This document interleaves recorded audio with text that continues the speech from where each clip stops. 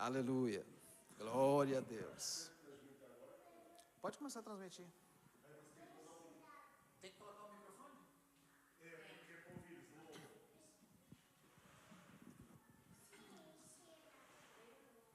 A desobediência é um convite para espíritos familiares.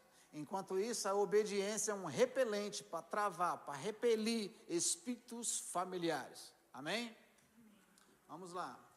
Vamos ler novamente? Gênesis capítulo 12, versículo 11 e 13. Meu Deus. Quando estava chegando ao Egito, disse a Sarai, sua mulher: bem sei que você é bonita. Quando os egípcios a virem, dirão: esta é a mulher dele, e me matarão, mas deixarão você viva. Essa mentira veio do pai da fé, Abraão. Vamos lá, olha onde é que nós vamos parar. Você acha que não pode piorar? Pode. Pode, vai piorar. Gênesis capítulo 26, versículos 6 e 7. Assim Isaac ficou em Gerar. Isaac ficou aonde? Quando os homens do lugar lhe perguntaram sobre a sua mulher, ele disse: é minha? Você já viu isso alguma vez antes? Parece que essa história aqui está se repetindo, sim ou não?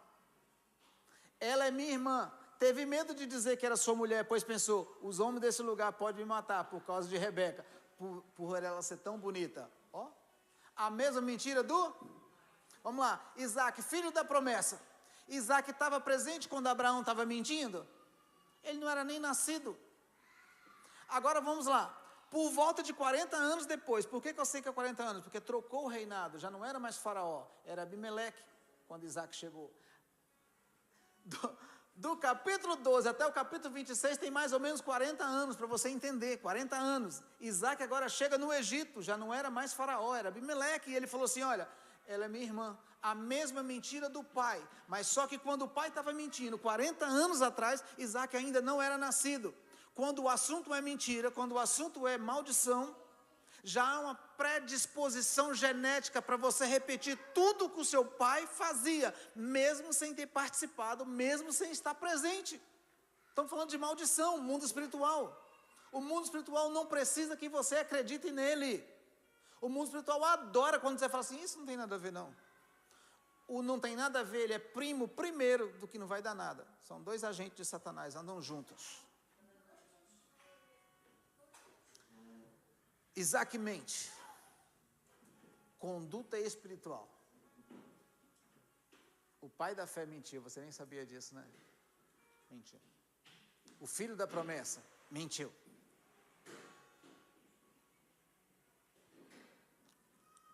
Até a medicina, a biologia, ela estuda característica hereditária transmitida. Isso é tão sério. Se você for fazer um seguro de vida, eles vão te perguntar: que doença seus pais têm? Pois. Ninguém quer acreditar no mundo espiritual, ninguém quer acreditar em heranças, mas quando você vai fazer um seguro de vida, eles perguntam: de que seu pai morreu mesmo, seu avô morreu mesmo? Se eles não te perguntar, eles vão fazer vão procurar. O mundo espiritual não precisa que você acredite.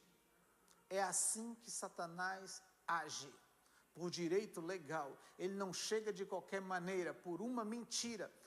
Abraão agora colocou a vida de Isaac em risco, porque Isaac é o filho da promessa.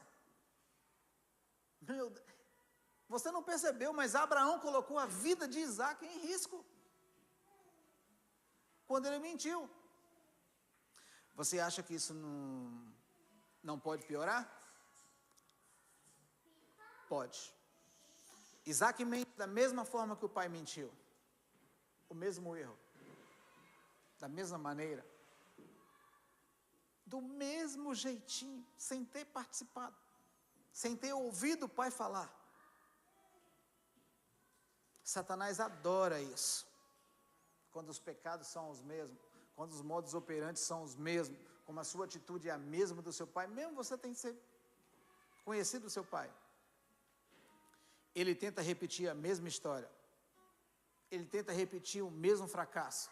Se o problema era a escassez do seu avô, Satanás vai trabalhar na escassez com seu pai. Se o problema do seu tataravô era prostituta, Satanás vai trabalhar com prostituição com seu avô. Se o problema do seu bisavô era divórcio, ele divorciou. Satanás vai tentar tratar com você da mesma maneira que ele tratou. É da mesma forma. Ah, ele era muito rebelde. É da mesma forma. Se não for na rebeldia, vai ser na feitiçaria, que é a mesma coisa. 1 Samuel 15, 23, porque o pecado da rebeldia é o mesmo que... Então Satanás não precisa nem levar você para feitiçaria. Basta você ser rebelde, basta ele apresentar uma situação que te deixa rebelde, que você se rebela contra autoridades espirituais, ou que você se rebela contra a sua igreja, você já é um feiticeiro, só que ninguém te falou, você é um feiticeiro inconsciente. Meu Deus. Fala assim para o seu irmão assim, vai piorar, tá? Você acha que não dá para piorar? Dá.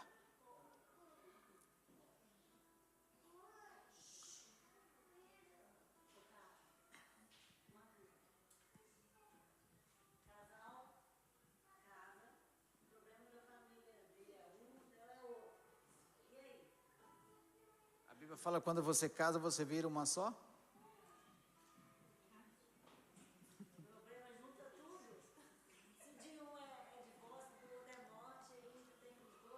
Pacto de sangue, filho. Isso é muito sério. Essa renúncia de hoje é muito séria. Eu vou bem devagar aqui para não virar uma pregação, só me empolgo aqui. Vou explicar direitinho como que funciona. Olha a pergunta que a irmã fez aqui, ó. O problema do casal se mistura? Vamos lá. Sarai era estéril, sim ou não? Rebeca era estéril, sim ou não? Raquel era estéril, sim ou não? Sara era o que de Rebeca? Tinha linhagem de sangue? Mas ela era casada com? Pegou? O modo operante de Satanás agir é assim, ó. Tem uma família que é conhecida pelos que eles fazem. Você conhece o João? Não, não conheço. Ah, filho daquele que se droga lá todo dia. Ah, ok. É o modo operante de Satanás agir. E seu filho, tá onde? Ah, meu filho saiu da cadeia há pouco, cara, agora está livre. E o outro mais novo? Você acredita que o outro também está preso, cara? Meu Deus, cuida então daquele mais novinho de 12 anos. E, rapaz, aquele de 12 anos já está aprontando. Todas as semanas eu sou chamado no colégio. É o modo operante de Satanás agir. E aquela sua prima? Ih, rapaz. Aquela? Ih, engravidou. Engravidou, tem 30 anos já, a filha dela nasceu. A filha dela está com 16 anos. Você não sabia, não? A filha de 16 anos também está grávida. Aí você vai olhar o histórico, a mãe da menina que a filha está grávida de 16 anos, também engravidou com 16 anos. É um ciclo repetitivo. Ah, mas eu não acredito no mundo espiritual. O Satanás adora isso, quando você não acredita. Quando você não acredita no mundo espiritual, o Satanás nem precisa lançar dardos na sua direção. Você já mora com um dardo chamado dúvida. O dardo inflamado. Eu preciso te alertar que a sequência agora aqui vai piorar, tá? Vai piorar. Nós paramos em Isaac, né? Os modos operantes. Gênesis capítulo 12, verso 15. Você acha mesmo que não vai piorar? Vai. Estou te alertando que vai piorar. Gênesis capítulo 12, verso 15. Qual? Vendo os homens da corte de Faraó a elogiar o girante de Faraó, e ela foi levada ao seu palácio. Por isso, Faraó mandou chamar Abraão e disse: o que você fez comigo? Por que não falou logo que era sua mulher? Agora você está vendo um ímpio chamar a atenção de um justo. Vamos lá. Porque ele disse que era sua irmã. Por isso é que eu tomei. Preste atenção nisso aqui, ó. Preste atenção nisso aqui, ó. Por que você não disse que era sua irmã? Por isso que eu tomei para ser minha.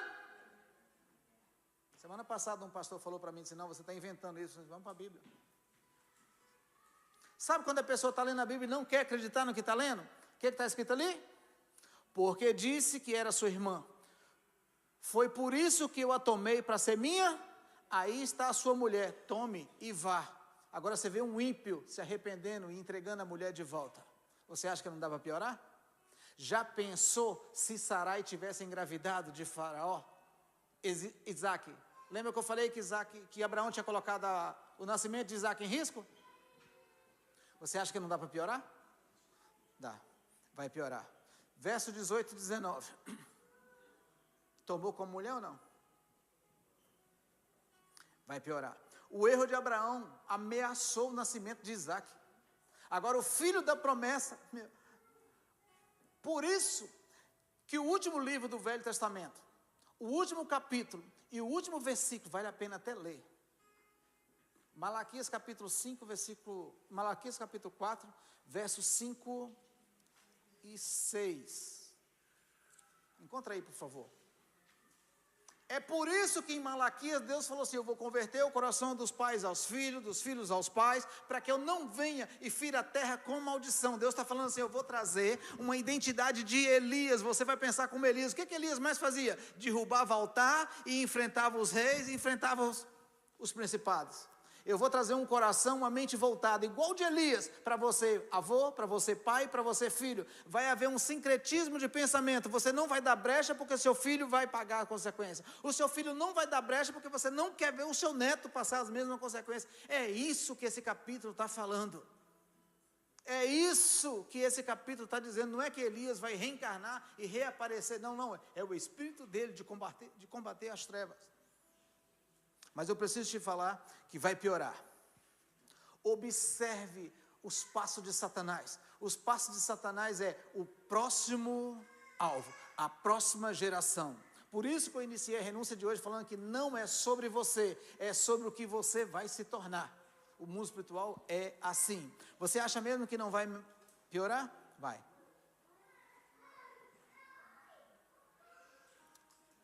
Você não vê Abraão, você não vê Isaac pedindo perdão por essas mentiras. Você pode ler Gênesis. O Velho Testamento todo, você não vê Isaac se arrependendo e pedir perdão. Você não vê Isaac se levantando e pedindo perdão por essa. Você não vê ele se retratando. Você não vê ele se retratando na Bíblia por essa mentira. E a vida segue. E a pergunta que eu quero fazer é: quem você é? Como que você foi gerado? Quem você é? No mundo espiritual. O mundo espiritual não se brinca. Tem erros na nossa família, repetições na nossa família, ciclos na nossa família, da nossa geração, que precisa ser quebrado. Presta atenção aqui, ó. A aula de hoje tem tudo a ver com a próxima aula, tá? Presta atenção. Só está acontecendo na sua vida esse ciclo repetitivo porque Deus está mostrando para você o que tem. Aquela bagaceira que está na família. Se você não entender isso que vai ser ministrado hoje, você nunca vai entender o versículo que está escrito em Levítico. O livro Vaikra, mais conhecido como Levítico. Vai é Ekra, é chamou. E chamou Moisés e disse: escreve aí, filho, no capítulo 26, verso 40.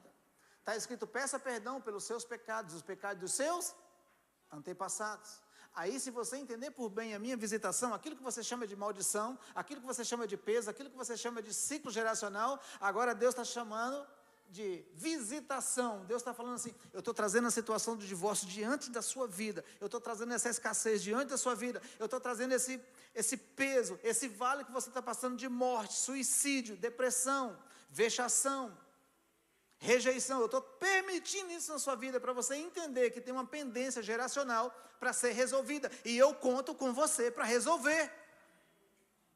Aí você corre para a igreja e pede para Deus livrar de você daquilo. Não, Deus não vai te livrar. Você precisa ficar de pé e quebrar o ciclo. Fala assim para o seu irmão: vai piorar, tá?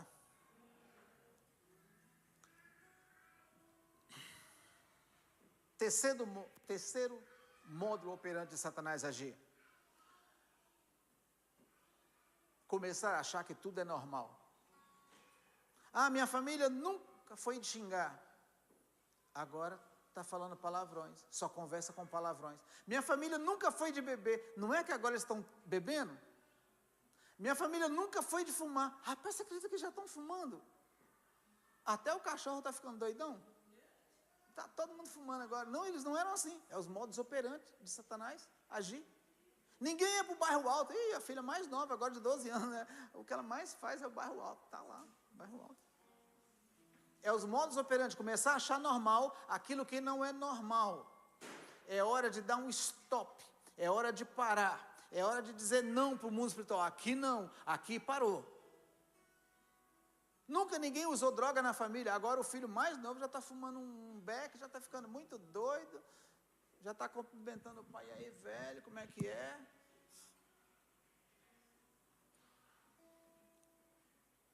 Os modus operandi de Satanás é fazer com que você leve normal aquilo que é anormal para Deus. Achar que você está tudo bem. Ah, é assim mesmo. É normal, é a vida, né? Hoje em dia é assim mesmo. Casam tudo com 15 anos, engravidam antes de casar, é normal, está tudo certo. É assim mesmo. Ciclo repetitivo. Mas eu tenho um alerta para falar para você. Vai piorar.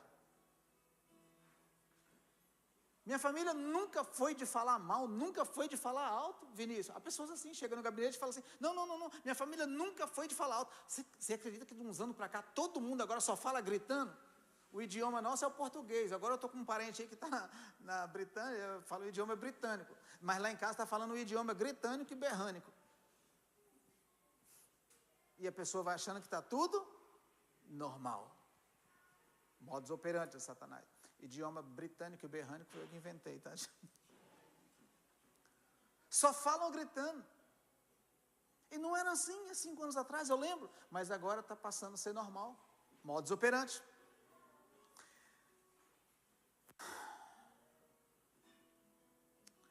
Gênesis capítulo 28, versículo 8 e 9.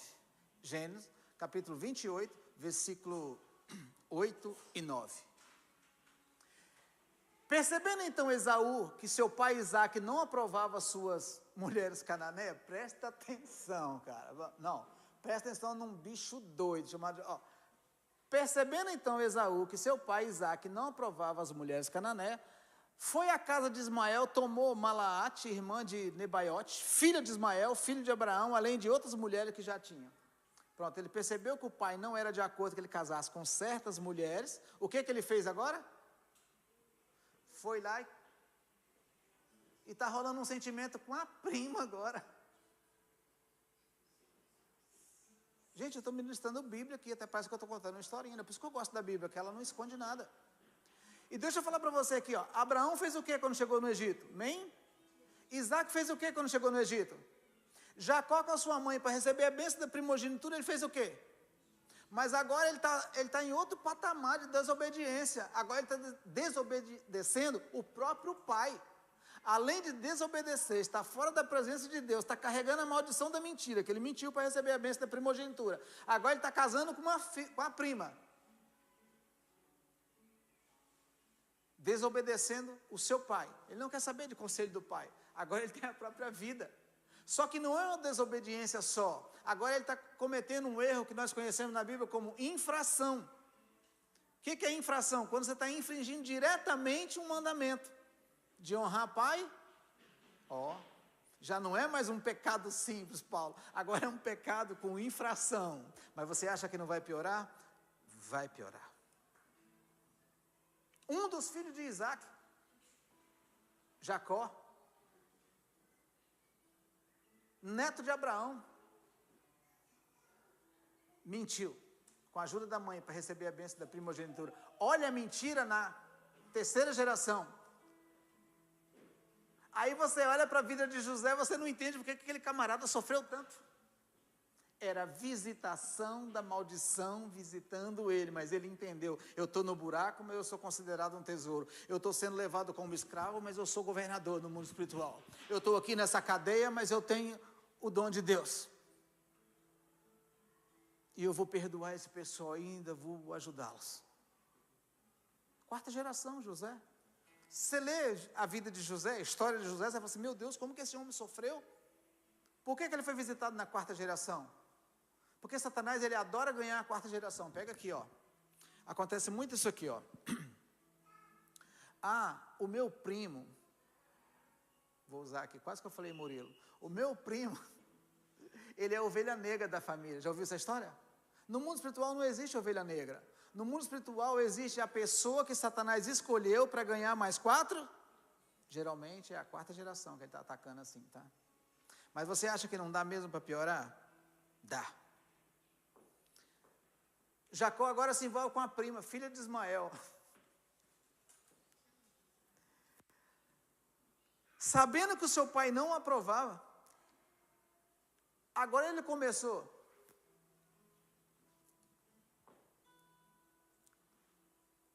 Peço desculpa. Esaú agora ele começou a romper. Com aquela mentirinha ele passou para um outro grau agora. De pecado geracional. Até aqui tá mentira, né? Mentiu para não morrer. Pai, releva. Só que Esaú agora o bicho era solto. Ele disse, não, eu sou do mato, meu negócio é... Agora ele foi para um outro nível de pecado. Ele começou a gerar uma descendência doente. Esaú começa a gerar uma geração pela qual Deus não queria. O pecado de você se envolver com quem Deus não quer. Gênesis 35, 22, por favor. Gênesis 35, 22. Você acha mesmo que não vai piorar? Vai. Vai piorar.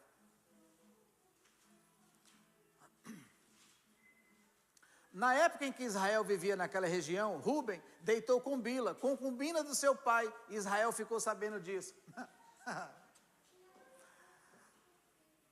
Jacó já era Rúben. Presta atenção aqui, Jacó já era Rúben. Rúben agora começa a ter um relacionamento com a concubina do seu pai. Presta atenção. Rúben agora começa a praticar um pecado chamado incesto. Rúben agora está deitando com a mulher do seu pai. Israel todo ficou sabendo. Veja lá, agora nós já estamos no patamar de incesto no mundo espiritual. Você acha que não vai piorar? Vai. Já teve relacionamento entre primos. E agora o Satanás está ganhando tanta força que agora já tem filho deitando com a mulher do seu pai. E ainda vai piorar, tá?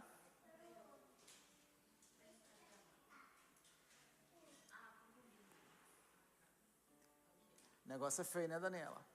Vai piorar? Vai piorar. Não acabou por aí, não. Jacó tem outro filho. Quem? Judá. Agora que o caldo começa a engrossar. Vamos pegar essa linhagem aqui. E lembrando você que Jesus vem da tribo de... Vai piorar. Gênesis capítulo 28, verso 2.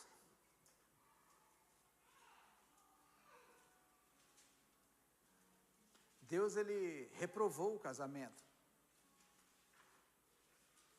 de erro. Esse é o problema, quando Deus reprova o casamento e a pessoa insiste. Deus fala, não casa, e a pessoa quer casar. Jesus está voltando, mas eu quero casar antes. Eu ouço muito isso. Gênesis capítulo 28, verso 2. Gênesis capítulo 28, verso 2. Desculpa, 38. Obrigado, Jéssica. Obrigada. Gênesis capítulo 38, verso 2.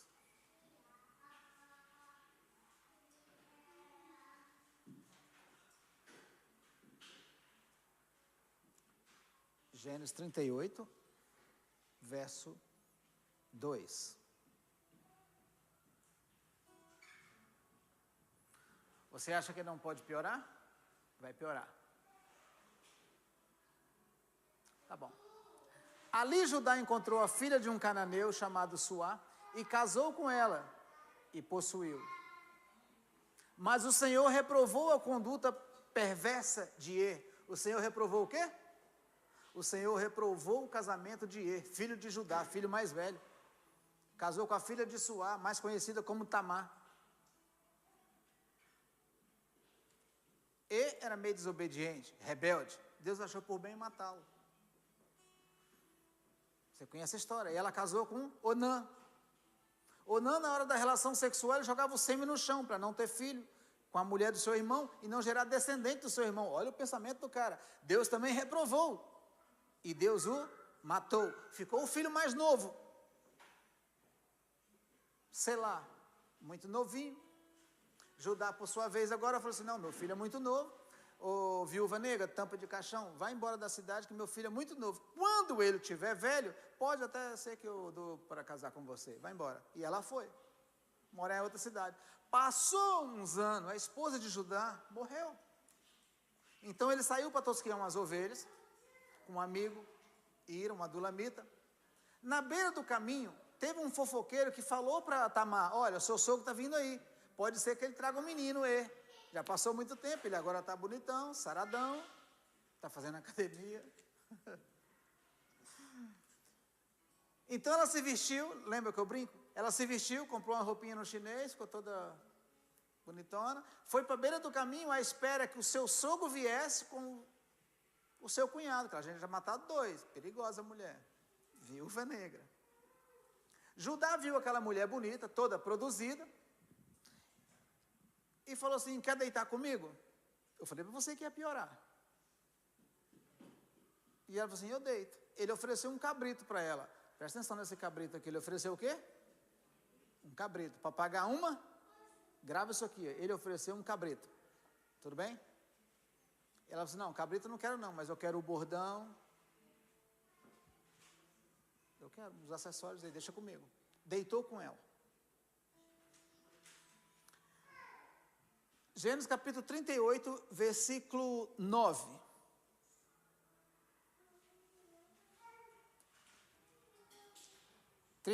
Verso 9.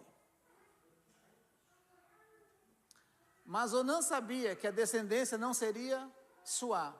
Assim, toda vez que possuía a mulher do seu irmão, possuía quem, gente? Derramava o sêmen no chão, para evitar que o irmão tivesse descendência. 10. O Senhor reprovou o que ele fazia, e por isso matou também. Deus já tinha matado um.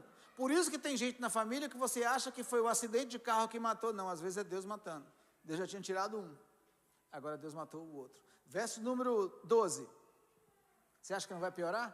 Vai. Tempos depois morreu a mulher de Judá, filha de Suá. Passando o luto, Judá foi ver os tosqueadores do seu rebanho em Tina, com seu amigo Ira, o adulamita. 16. Não sabendo que era sua nora, presta atenção nisso aqui.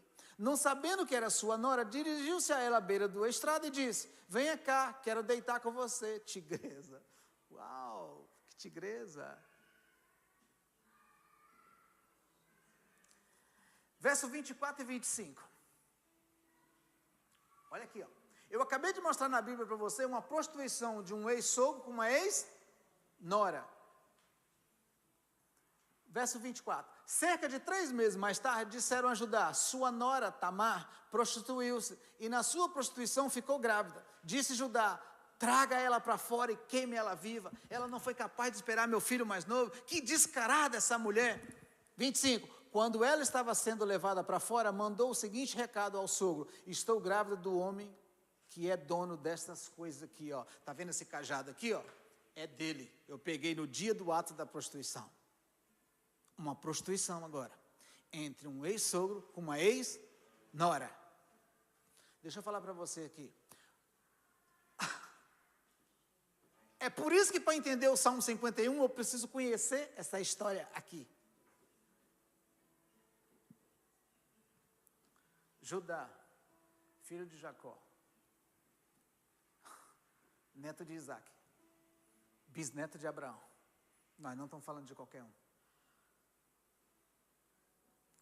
Você sabe quem Judá gerou nesse ato sexual com sua nora? Gerou um sujeito chamado Pérez. Tudo bem até aí?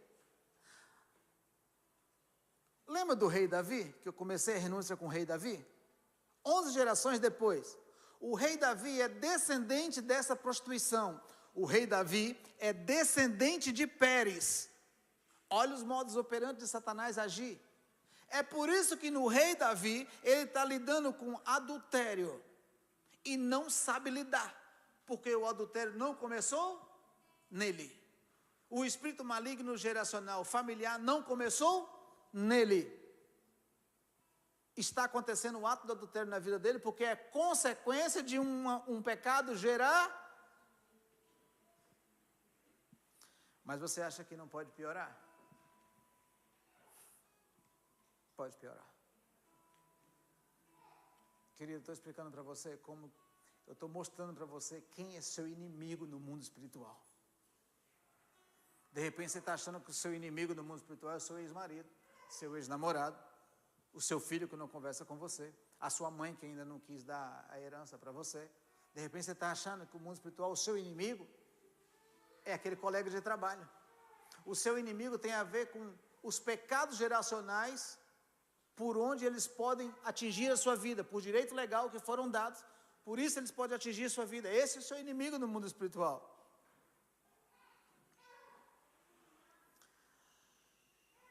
2 Samuel capítulo 11, versículo 4 e 5. Você está apontando aí? Aponta esses versículos que eu estou citando. 2 Samuel capítulo 11, versículo 4 e 5. Ai, Jesus. Nós já estamos aonde agora, gente? De Pérez. Agora, de Gênesis 38 até 2 Samuel 11, nós temos aqui em torno de 11 gerações, tá bom? Para você entender. Agora é Davi. Davi mandou que trouxesse-se e deitou com ela. Trouxesse quem? Betseba, tudo bem? Deitou com ela, que havia acabado de se purificar da sua impureza, da sua menstruação, depois voltou para casa. A mulher engravidou e mandou um recado a Davi, dizendo que eu estou grávida. É muito parecido com o que Tamar falou, não? Você já ouviu essa história antes? Abre um parênteses aqui para me explicar uma coisa para você. Satanás, quando ele quer aprisionar uma pessoa, ele usa o efeito retardado da prisão. O que é efeito retardado da prisão? Existe a prisão preventiva, existe a prisão flagrante e existe o efeito retardado da prisão. Prisão em flagrante é quando você é pego no ato e você é preso logo. Prisão em flagrante. Prisão preventiva é aquela que você é preso até que se prove o contrário. A prisão do efeito retardado é aquilo que os Estados Unidos muito faz. Coloca um carro, um telemóvel dentro do carro, o vidro aberto, a chave na ignição. Aí quando o ladrão entra, que vira a chave na ignição do carro, os vidros levantam, fecha a porta e a polícia chega. Prisão de efeito retardado. Mas tem uma prisão que o inimigo adora de fazer. Ele deixa você pecar, ele não se importa com o que você está fazendo. Você está tendo sexo ilícito com a sua namorada, o demônio está fazendo de conta que nem está vendo. Ah, está namorando. O demônio faz de conta que nem está vendo. Mas quando ela aparece grávida, as portas do carro levantam, a polícia chega, ele te envergonha.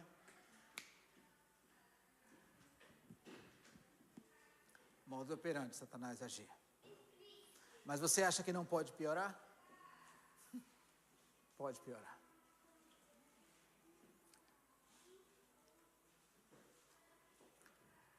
Cristo, na paz, querido.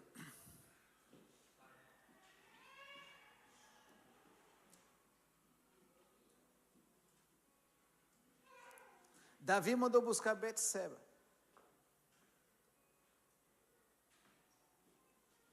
Deitou com ela. Adultério.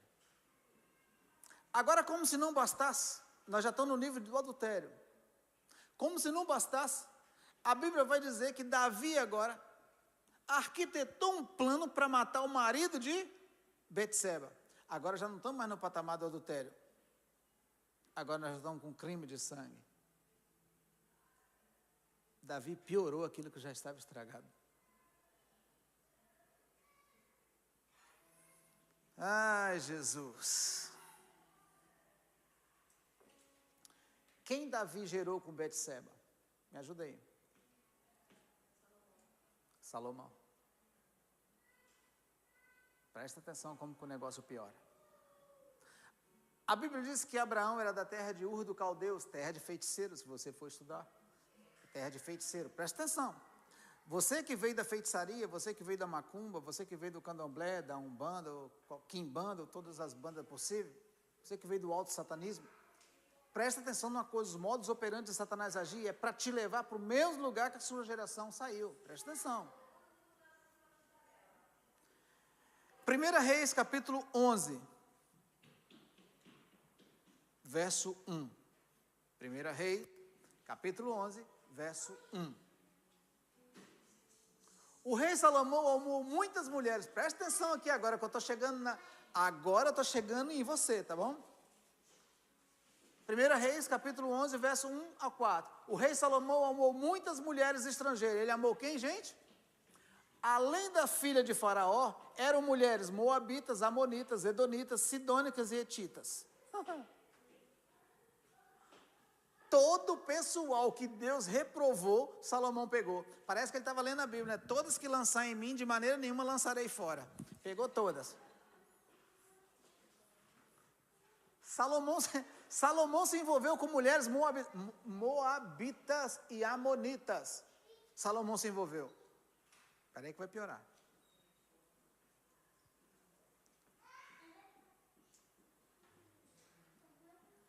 Você sabe quem era Amon e Moabe?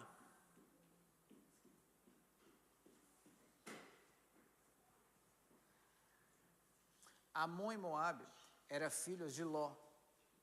Você sabe como que essas meninas foram geradas? Essa descendência? De um incesto.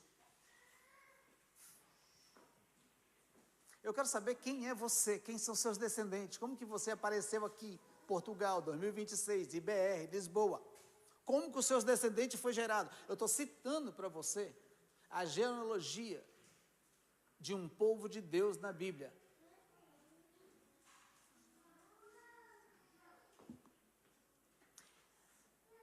E quem era Ló? Sobrinho de Abraão. Sobrinho do pai da fé. Eu estou rindo, mas é de nervoso, tá?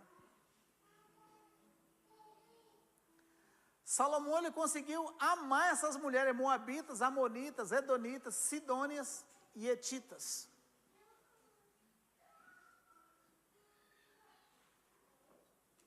A Bíblia diz que ele tinha 700 mulheres, 300 concubinas. Pensa num cara que tinha problema, 1000 sogras para lidar. Essa parte não vou falar. O texto está dizendo que ele amou as moabitas. Imagina você ter um relacionamento com uma pessoa que foi fruto de um incesto.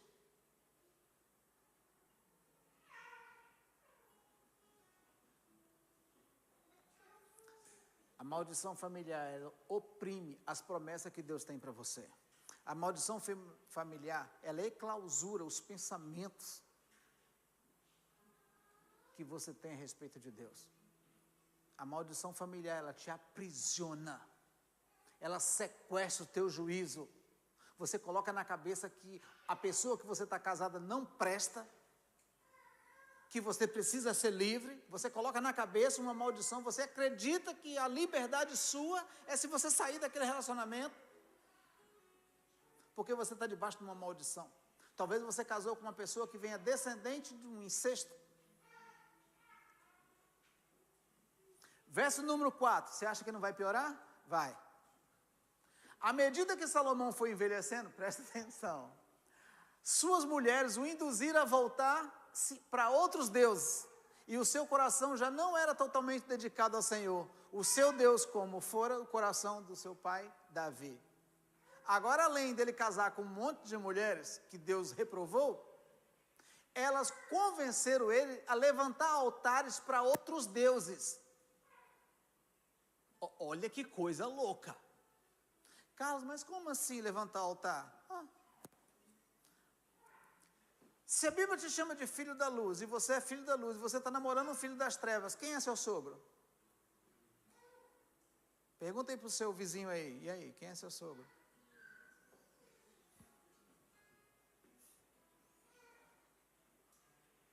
Desculpa, querido, se eu não te falar assim para você, não te alertar assim, você vai ficar.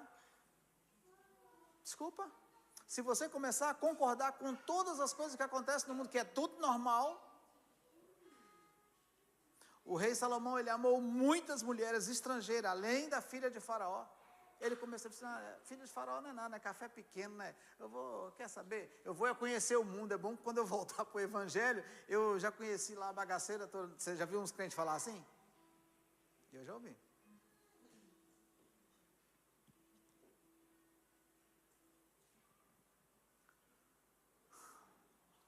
Ele casou com mulheres das nações que Deus reprovou. Que Deus falou aos filhos de Israel, não casem com elas. Ele foi lá e casou. Futuca seu irmãozinho, será que você não está passando uma situação difícil porque você casou, ou sua mãe casou com quem não era para casar? Você já ouviu essa história antes?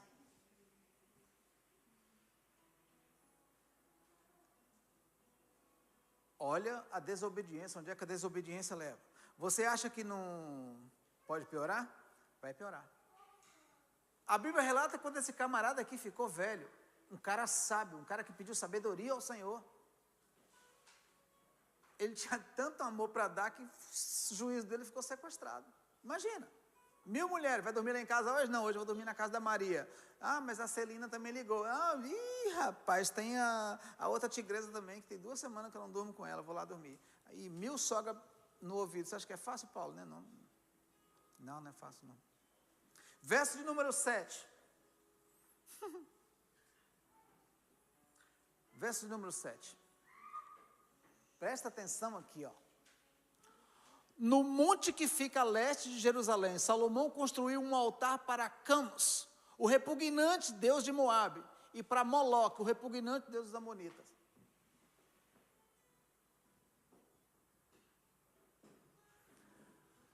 Salomão agora ele ergue um altar para Moloque, que era o deus que recebia as crianças incineradas. Moloque está de pé hoje, tá? Ainda está legalizado. Só trocou o nome de Moloque para aborto, tá? Ainda está legalizado, atenção. Ele levantou um altar agora para Moloque e o repugnante Camus, que a Bíblia chama. O cara agora é um feiticeiro, Paulo. O cara agora virou um feiticeiro de alta patente, está levantando altares agora.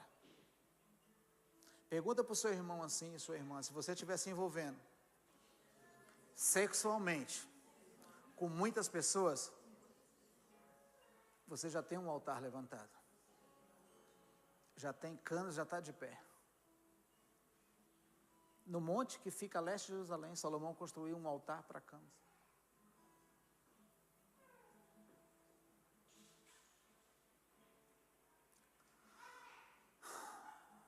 Moabitas, Sidonitas, Hititas, foi esse povo que Salomão se envolveu. Você acha que não pode piorar? Pode piorar. Eu prometo você ir até Roboão, só para o negócio não ficar estreito. Eu falei para você que eu ia apresentar para você o seu inimigo hoje. E você ficou pensando, quem é meu inimigo, será? Quem é? Como? Como assim? Salomão, ele conseguiu piorar o que estava ruim.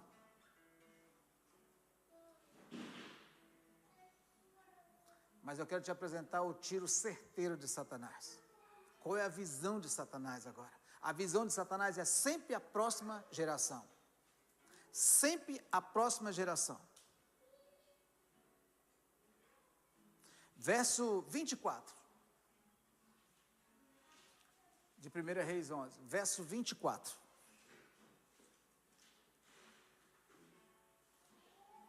Quem está com a Bíblia aberta aí? 1 Reis 11, verso 23. Quem tem aí?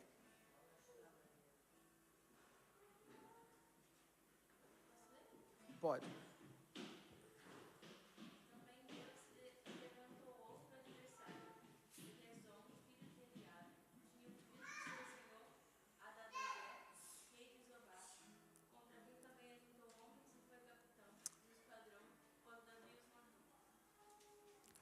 Aguenta aí, segura essa aí.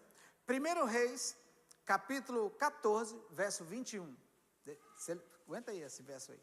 1 Reis, capítulo 14, verso 21. Roboão é filho de quem? Roboão, filho de Salomão. Foi o quê? Rei de Judá. Tinha 41 anos de idade quando começou a reinar e reinou 17 anos em Jerusalém. Cidade que o Senhor havia escolhido dentre todas as tribos de Israel para nela pôr seu nome. Sua mãe, uma amonita, chamava quem? Quem era a mãe de Roboão? Roboão já foi gerado, concebido errado. Você acha que não pode piorar? Vai piorar. Repete o versículo 23 aí, por favor, filho.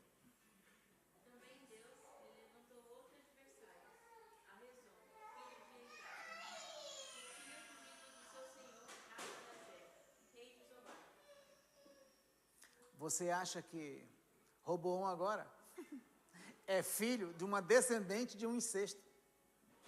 Salomão agora casa com uma mulher descendente de incesto, que gera Roboão.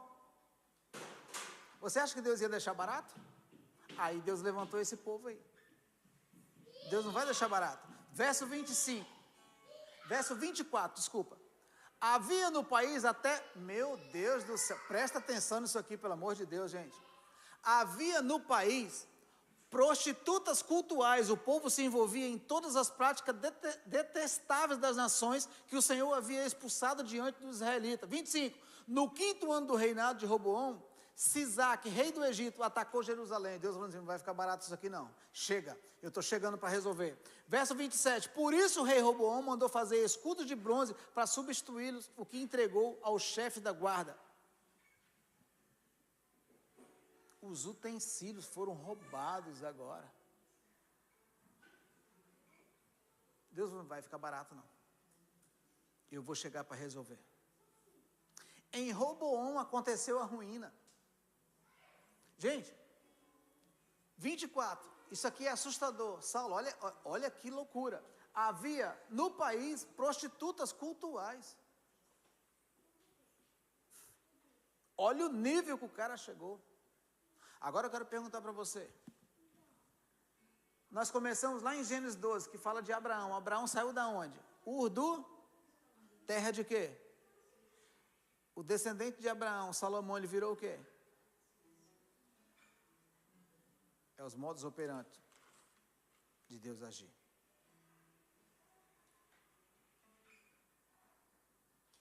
Mas Deus está dizendo assim, no meio disso tudo, desse povo todo, Deus sempre levantou pessoas para quebrar o ciclo. Na 4ª geração de Abraão, Deus levantou José. Depois de José,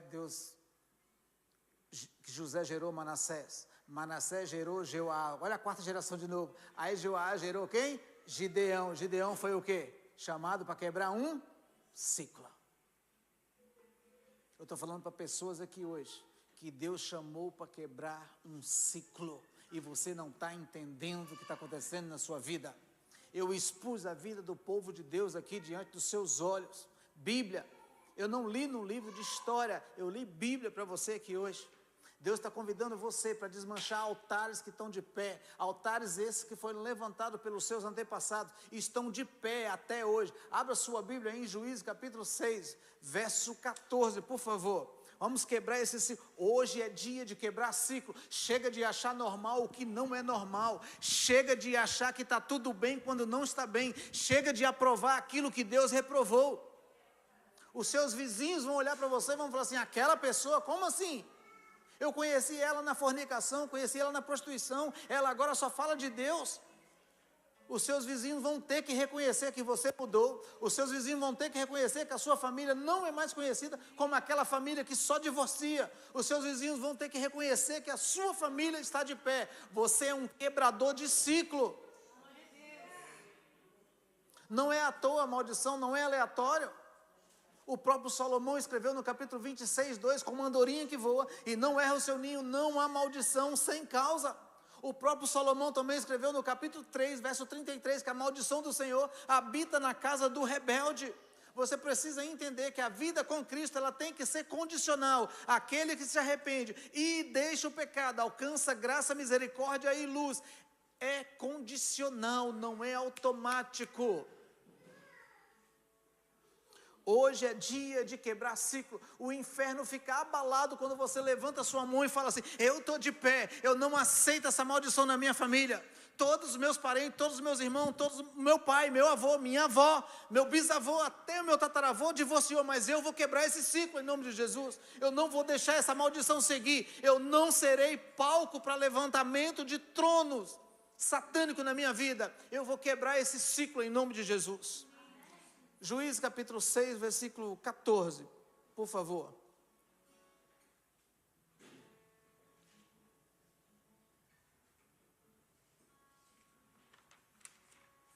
É preciso ter um desejo de ser liberto.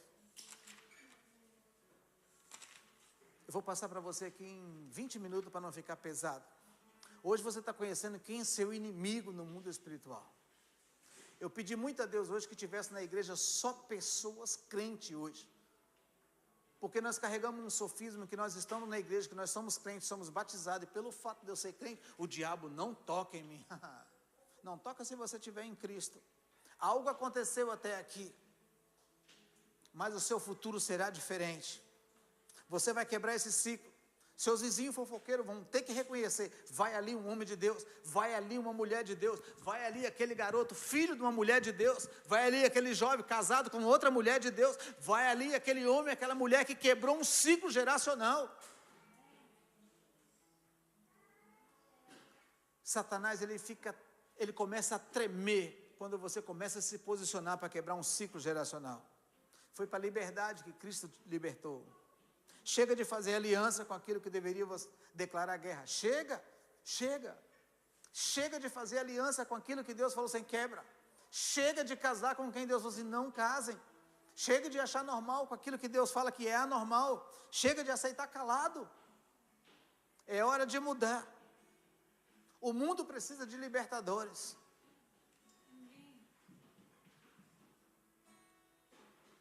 Juízes capítulo 6. Verso de número 14. Então o Senhor olhou para ele e disse, vai nessa tua força livrar Israel da mão dos midianitas. Porventura eu não te enviei? Verso número 15. E ele disse, Senhor, presta atenção, isso não é muito parecido com a minha história e a sua. Senhor, disse, com que livrarei Israel? Eis que a minha família é a mais pobre em Manassés, e eu o menor da casa do meu pai. Deus está levantando a 4ª geração, a 7ª geração, Gideão, de Abraão. Deus está levantando um libertador, para quebrar o ciclo. Deus está falando assim, não aguento mais essa palhaçada, eu vou visitar Gideão. E Deus visita Gideão, e chama ele de valente. E o cenário que Gideão está vivendo é malhando trigo num lagar. Vamos lá imaginar. Trigo se malha no lagar, trigo se malha na eira. Joga o trigo para cima, o vento tira a palha. Mas a Bíblia está dizendo que está malhando o trigo no lagar, no lugar fechado, lugar de pisar uva. Por quê? Porque ele está escondido dos medianitas. Eu não sei de quem você está se escondendo. Eu não sei nem por que você veio para Portugal, mas Deus está falando, levanta e quebra esse ciclo geracional que tem na sua família. Ou você quebra, ou você derruba esse gigante, ou você se prepara para ajudar o seu filho e sua filha a derrubar. Gideão responde para o anjo assim, Senhor, eu sou filho de Manassés, igualzinho, eu penso, como eu vou livrar Israel vindo dessa família? Eu até acredito que o Senhor é comigo. Eu sei do livro de história, eu sei que o Senhor tirou o meu povo, meus antepassados, da terra do Egito com o seu braço forte, eu sei disso, Deus. Eu só não acredito que vai acontecer na minha vida, mas eu sei que o Senhor agiu, mas na minha vida é diferente, porque vindo dessa família aí, inclusive, sobre o nome do meu avô Manassés, o significado é Deus me fez esquecer do sofrimento da casa dos meus pais. Quem é Gideão? Filho de Jeoás. Quem é Jeoás? Filho de Manassés. E quem é Manassés? Filho do governador do Egito, filho de José. Mas a escassez visitou ele, a ponto de Deus chegar e falar assim, ei, é hora de parar, é hora de quebrar um ciclo, é hora de levantar o nome da sua família. O nome da sua família vai ser levantado através de você, meu irmão e minha irmã. É hora de quebrar um ciclo geracional. Eu não aguento mais ver isso aqui. E Gideão foi se convencendo que ali era o próprio Deus que estava falando. Gideão estava vivendo um período de escassez. Gideão, ele tinha uma mentalidade pequena. Ele estava vivendo um período assim de pequenez. Eu não sou ninguém, eu vou ficar escondido. Eu não quero me apresentar na igreja. Não quero cargo na igreja, não quero ministério nenhum. Eu quero ficar calado, eu quero ficar só eu quero só ouvir. Eu estou tão decepcionado que eu quero só ouvir. Eu quero só cuidar da minha família, ficar quietinho. Eu não quero nem que as pessoas saibam o meu nome. Eu quero só ficar quietinho. E Deus está chamando ele de valente. E Deus está falando assim, você foi escolhido. Eu estou visitando você com a escassez, que eu quero quebrar esse ciclo geracional. Mas presta atenção numa coisa. O verso 1 de Juízes capítulo 6, o verso 1 pode dar uma direção. Uma coisa é quando você está lutando com o inimigo, uma coisa é quando você está lutando com o inimigo declarado, você sabe quem é seu inimigo. Outra coisa é quando você está lutando quando o próprio Deus que entregou o inimigo, entregou a sua vida ao inimigo. O verso de número 1, capítulo 6, de Juízes. Porém os filhos de Israel fizeram mal, fizeram o que parecia mal aos olhos do Senhor, e o Senhor deu na mão dos midianitas por quantos anos? Quem foi que entregou essa nação na mão do inimigo? Esse é o problema de nós lutarmos uma guerra que foi o próprio Deus que nos entregou na mão do inimigo. E por que que Deus fez isso? Vou te mostrar por que que Deus fez isso. Deus fez isso porque o pai de Gideão tinha levantado altares. Presta atenção. O pai de Gideão levantou altares. Parece que nós conhecemos essa história agora há pouco, né? Olha a história repetindo. Deus levanta você no meio da sua família para derrubar altares. O mundo espiritual não tem medo de Bíblia. O mundo espiritual não tem medo do seu intelecto. O mundo espiritual não tem medo da sua faculdade. O mundo espiritual não tem medo de teologia. O mundo espiritual não tem medo da quantidade de versículos que você tem gravado. O mundo espiritual, ele respeita altares. Para quem sua família levantou o altar, esse é o mundo espiritual respeita. Se levantou para canos, o mundo espiritual respeita. Se levantou para Moloque, o mundo espiritual respeita. Se levantou para Milcom, o mundo espiritual respeita. Se levantou para Deus, o mundo espiritual já nem encosta, nem você. Para quem a sua geração levantou altares? Hoje é um dia de você quebrar o ciclo geracional na sua vida. Chega de achar normal aquilo que não é normal. Aquilo que você deveria declarar guerra.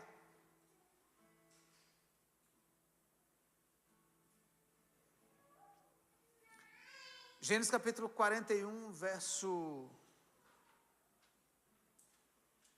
51. Não precisa nem abrir, não. O nome Manassés, primeiro filho de José.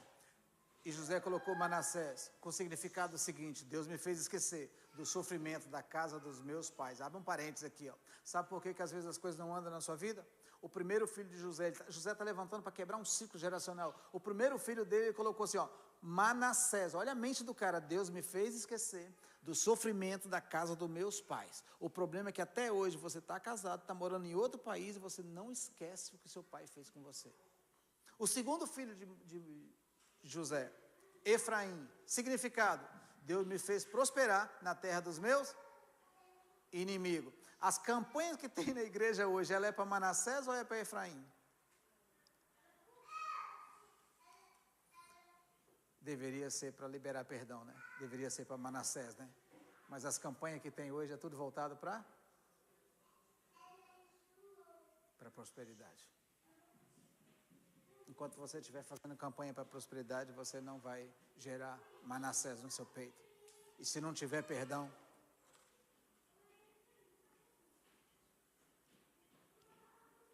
Deus está falando para Gideão: a história é essa aí mesmo, eu conheço. Eu conheço sua família, eu sei de onde que você, filho, eu sei de onde que você veio, eu conheço sua história, tudo que você está falando, escassez, mentira, é o mais fraco da família, é a família mais pobre da cidade, eu sei, é verdade, mas você vai vencer não é por causa da sua faculdade, você vai vencer não é por causa do seu poder aquisitivo, você vai vencer porque eu sou contigo. Não é porque você é intelectual, não é porque você é conhecedor de Bíblia, você só vai vencer, Gideão, porque eu sou contigo. Eu cheguei agora para resolver, Gideão. A história dos descendentes de Gideão eu contei para você, paramos em Roboão, para não ficar mais feio. E agora eu quero voltar para você quebrar o ciclo. Não deixe chegar em Roboão, quebre o ciclo agora. E Gideão começa a acreditar no que o anjo está falando. E eu preciso te explicar uma coisa aqui, ó. Aqui é o próprio Deus que está visitando, aqui não é um anjo enviado. Por que eu sei que é o próprio Deus que está visitando Gideão?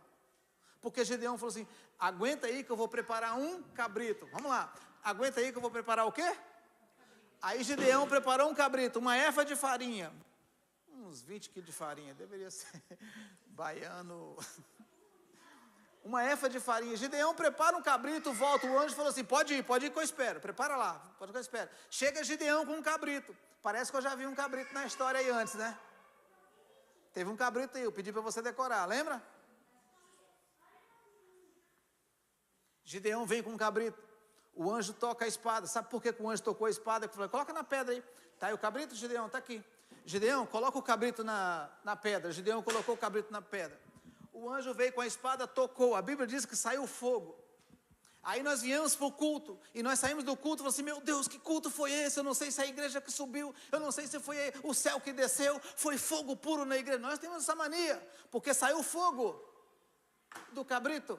Saiu fogo. Sabe por que saiu fogo? Porque Gideão não tinha altar. Por isso que o anjo falou: coloca aí na pedra. Não tinha altar. Você quer sacrificar alguma coisa para Deus? Você quer levar alguma coisa para Deus? Você precisa ter altar. Mas para você ter um altar, para ser aceito por Deus, você precisa derrubar o altar que está de pé da sua família.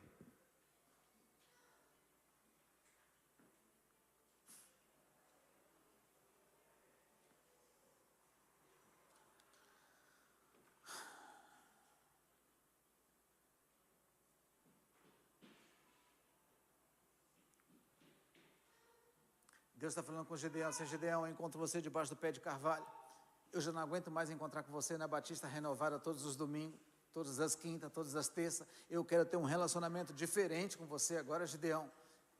Você está diante de uma situação de pecados geracionais, de ocorrências geracionais, problemas geracionais, incesto, pactos, mentiras, homicídio. Gideão, eu estou visitando você para quebrar esse ciclo. Só que para quebrar esse ciclo eu quero ter mais intimidade com você. Eu quero entrar na sua casa agora, Gideão. E eu quero entrar agora, sabe como? Eu não quero encontrar com você só na igreja, não. Agora eu quero entrar na sua casa. E eu quero entrar aqui e começar pelo quintal. Está no texto, Juízes capítulo 26, depois você lê em casa. E Deus começa a entrar com Gideão em casa. E quando Deus olha para o lado e fala assim: peraí, Gideão, peraí, Gideão. Eu sou o Deus zeloso, que tirou seus antepassados do Egito. Eu sou o Deus que tem o seu nome escrito no livro da Bíblia. Eu sou o Deus que sustenta o planeta Terra num eixo imaginário. Gideão, eu sou o Deus todo-poderoso que dá limite ao oceano. Eu sou o Deus. Para mim é um cabrito, mas aí para Baal é um boi cevado de 7 anos. Quantos anos Deus entregou a nação aos medianitas? No verso 1.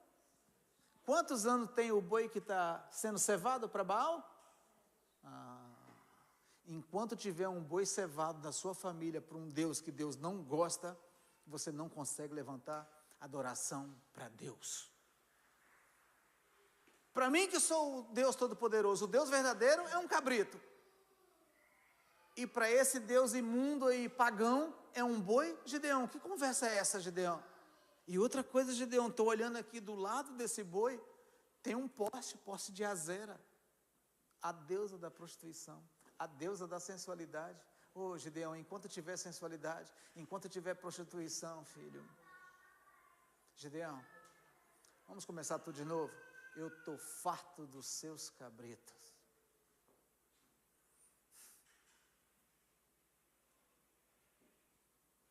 A Bíblia diz que naquela mesma noite Gideão ouviu a voz do Senhor, criou coragem. E naquela mesma noite ele derrubou o altar do pai para Baal. Ele achava que o problema era do avô, mas Deus falou: foi seu pai que levantou um altar. Enquanto tiver um altar levantado para outro Deus no meio da sua família, Deus não aceita seu sacrifício. Derrube o altar. Eu não sei qual é o altar que você tem na sua família. Eu não sei se é um altar de prostituição. Eu não sei se é um altar de divórcio. Eu não sei se é pacto de sangue. Eu não sei se é feitiçaria. Eu não sei se é um altar de mentira. Eu não sei se é um altar de adultério. Seja qual for, derruba ele hoje ainda em nome de Jesus. Peça perdão para quem você tiver que pedir. Derrube o altar urgente para Deus quebrar esse ciclo geracional na sua vida. Você só vem nessa renúncia hoje porque você é um Gideão no meio da sua família. Você precisa quebrar esse ciclo repetitivo. É hora de dar um basta nessa maldição. É hora de dar um basta nessa maldição. Não é normal. Não é normal. Será que você não prestou atenção que a maldição ela é espiritual, mas ela é real? Eu lembro que eu morava numa cidade e havia um ponto de comércio, lá no bairro que eu morava. E aquele ponto de comércio, ele nunca era alugado. Pessoas com dinheiro, colocava coisa, Daniela, naquele ponto de esquina, colocava ali lanchonete, não ia para frente. Aquilo foi oficina, não foi para frente. Veio outra pessoa, alugou, colocou uma farmácia, não foi para frente.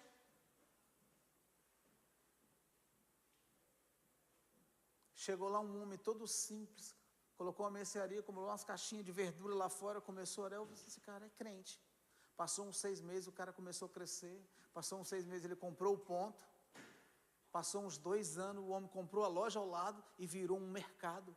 Por que virou um mercado? Porque ali tinha um crente que sabia que aquele ponto estava debaixo de uma maldição. Então ali chegou um homem que sabe quebrar ciclo. É preciso quebrar os ciclos. O gigante que o seu pai não derrubou, ele ficou para você derrubar. E se você não derrubar, se prepara, vai ficar para o seu filho derrubar. O mundo espiritual, ele é assim. Eu reduzi, eu minimizei hoje a vida desses povos de Deus na Bíblia.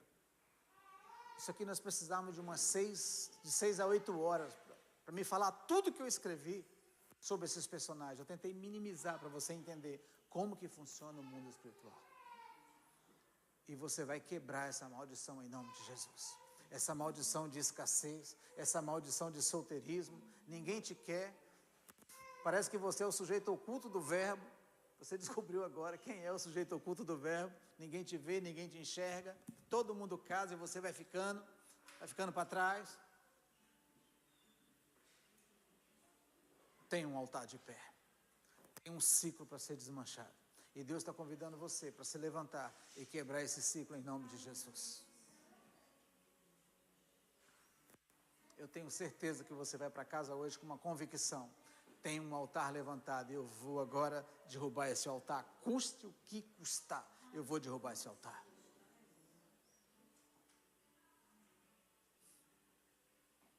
Em nome de Jesus, esse altar vai ser desmanchado. Em nome de Jesus, esse ciclo vai ser quebrado em nome de Jesus. Os seus filhos não vão precisar de passar por tudo que você passou. Porque você vai encarar esse gigante e vai dizer, eu vou te derrubar, gigante. Não porque eu sou forte, não porque eu estou lá na Batista Renovada. Você vai derrubar esse gigante porque Deus é contigo. E quando Deus é com você, você passa a ser maioria. O inferno está estremecendo nessa hora, porque você está se posicionando. O inferno está sendo abalado nesse exato momento, porque você está. Não tenha medo da luta, não tenha medo da perseguição. Não tenha medo dos imponentes, não tenha medo. Não tenha medo de Satanás. Satanás só tem força quando você está concordando com toda a palhaçada que ele está fazendo. Mas quando você se levanta, ele se encolhe. Não tenha medo da perseguição. Não tenha medo dos ataques. Não tenha medo da víbora. Não tenha medo da serpente. Não tenha medo. Não tenha medo. Não tenha medo. Para nós finalizarmos. Atos capítulo 28, a Bíblia diz que ao chegar na ilha, ficamos sabendo que o nome da ilha era Malta. E um homem que é prisioneiro, chamado Paulo, está sendo prisioneiro, está sendo levado, na condição dele era prisioneiro. A Bíblia diz que assim que eles chegaram na ilha, ele viu uma fogueira. Ele viu o quê? Ele correu colocar lenha na fogueira, mas ele era prisioneiro. Talvez você não está colocando lenha na fogueira, sendo livre. E eu estou contando a história de um homem que era prisioneiro e ele sentiu necessidade de colocar lenha na fogueira. Paulo olhou para aquela fogueira e falou assim, quando cheguei na ilha, a fogueira já estava acesa, eu não posso deixar essa fogueira apagar. Na sua geração, Deus está falando, a fogueira foi acesa pelo seu pai, foi acesa pela sua mãe, eles estiveram de pé orando por você, você não pode deixar a fogueira apagar na sua geração. Você é responsável por essa fogueira estar acesa. A Bíblia diz que enquanto ele colocava lenha na fogueira, o que mordeu ele? E a Bíblia diz que as pessoas esperavam a mão dele inchar e ele não inchou e nem, faz assim com o braço assim, ó, ele sacudiu e a vibra não saía. A Bíblia diz que quanto mais ele sacudia, a vibra não soltou. Vibra é diferente de cobra. Se é vibra, é porque é venenosa. Se os nativos daquela ilha esperavam Paulo inchar e cair, é porque ele sabia que ele tinha sido picado por uma vibra venenosa. Enquanto Paulo sacudia, o texto diz que o navio, que aquela ilha não estava preparada para ancorar navios. Mas a Bíblia diz que passado 3 meses, encostou um navio, Paulo entrou e foi para... Quem falou que Paulo ia para Roma? Deus. E se eu te disser que mesmo Deus falando que você vai para Roma, o naufrágio às vezes vai acontecer. O texto também diz que chovia e fazia muito frio. Fazer fogueira enquanto está frio, Murilo, é bom, é gostoso. Mas fazer fogueira enquanto chove não é para qualquer um. Espera aí, Carlos. O texto do capítulo anterior diz que aquela ilha não estava preparada para receber navio. Passado 3 meses, encosta um navio, Paulo entra e vai para Roma. Espera aí, a Bíblia está se contradizendo? Não. Faz assim comigo assim, ó. Enquanto você luta com a vibra, enquanto você aproxima do fogo, o grande e poderoso, o Deus Altíssimo, está removendo a areia no fundo do oceano para a nova embarcação encostar. Você vai conseguir. Deus abençoe a sua vida em nome de Jesus. Que você tenha uma noite de paz. E que o pecado geracional não encontre conforto em você. Que essa aliança seja quebrada em nome